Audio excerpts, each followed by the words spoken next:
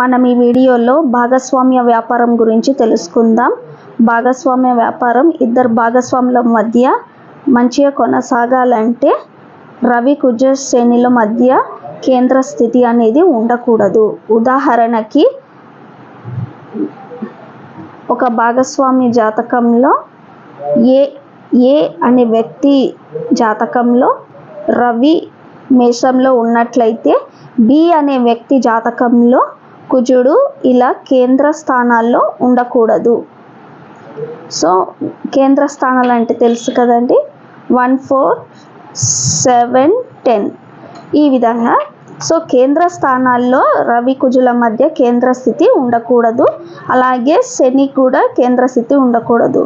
ఇప్పుడు రవి ఉచ్చ స్థితిలో ఇక్కడ ఉన్నా సరే, ఇక్కడ మళ్ళీ కేంద్ర స్థితిలో అవతల బి అనే వ్యక్తికి శని ఈ ప్లేస్లో ఉన్నట్లయితే, ఉచ్చ స్థితిలో ఉన్నా సరే భాగస్వాములు కదా. సో బి అనే వ్యక్తికి శని ఇక్కడ తులారాశిలో ఉండి, ఏ అనే వ్యక్తికి రవి ఉచ్చ స్థితిలో ఇక్కడ మేష రాశిలో ఉన్నా సరే వీళ్ళిద్దరికీ కేంద్ర స్థితి రావడం వల్ల భాగస్వామ్య విషయంలో తేడాలు వస్తాయి, కుదరదన్నమాట.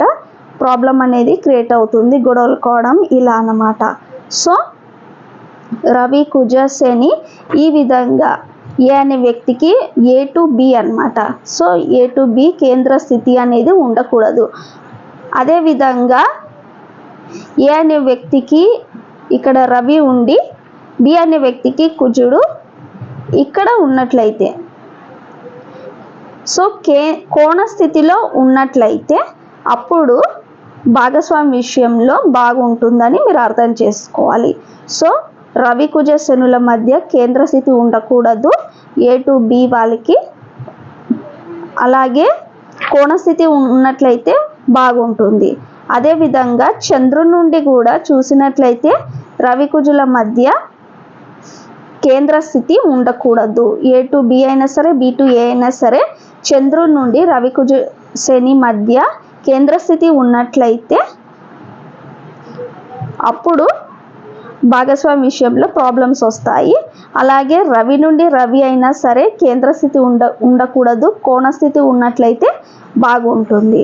కోణ స్థానాలు అంటే 1, 5, 9, కేంద్ర స్థానాలు 1, 4, 7, 10.